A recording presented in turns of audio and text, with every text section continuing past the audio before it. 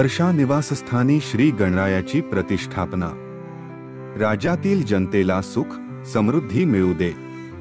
मुख्यमंत्री एकनाथ शिंदे यांचे गणरायाला साकडे। गणेशोत्सवानिमित्त आज वर्षा या शासकीय निवासस्थानी मुख्यमंत्री एकनाथ शिंदे यांनी सपत्नीक श्री गणरायाची विधिवत पूजा करून प्रतिष्ठापना केली। यावेळी मुख्यमंत्र्यांनी राज्यातील जनतेला सुख समृद्धी मिळू दे अशी प्रार्थना केली। दरवर्षीप्रमाणे यंदाही मुख्यमंत्र्यांच्या वर्षा निवासस्थानी गणरायाचे आगमन झाले। मुख्यमंत्री एकनाथ शिंदे, त्यांच्या पत्नी सौ लता शिंदे, खासदार डॉक्टर श्रीकांत शिंदे, स्नुषा सौ वृषाली शिंदे, नातू रुद्रांश यावेळी उपस्थित होते।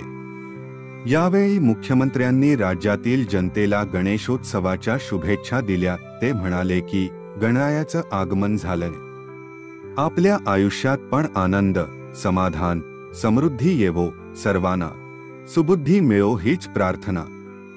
प्रत्येक गणेशोत्सव एक नवी ऊर्जा प्रेरणा आणि उत्साह घेऊन येतो।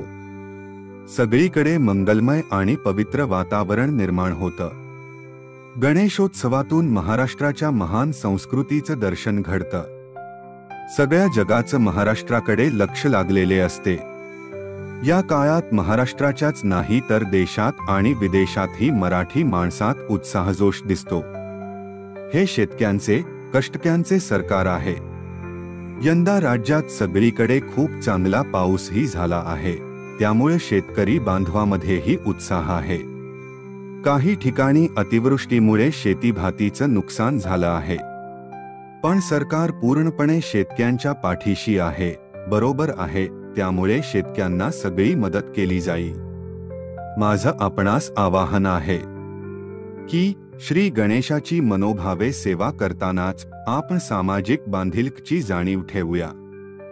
गरजू लोकांपर्यंत पोहोचा, गरजू लोकांपर्यंत पोहोचा। त्यांना मदतीचा हात द्या, त्यांच्यापर्यंत शिक्षण आरोग्य तसेच अशा विविध प्रकारच्या सेवा मदत पोहोचवण्याचा प्रयत्न करूया। आपण पर्यावरणाची काळजी घेणं पण गरजेचं आहे। आपले सणवार हे निसर्गाला पूरक असे असतात, त्यामुळे निसर्गाचं जतनसंवर्धन होईल ही बाब लक्षात घेऊन सण साजरे करावेत असेही आवाहन यावेळी मुख्यमंत्र्यांनी केले। राज्य शासनाने अनेक चांगल्या सामाजिक योजना सुरू केल्या आहेत, देशपातळीवर त्याचं कौतुक होतं। शेतकरी युवक महिला सर्वच स्तरातील घटकांचा विचार करून शासन सगळ्यांना सक्षम करण्यासाठी पाठबळ देत आहे।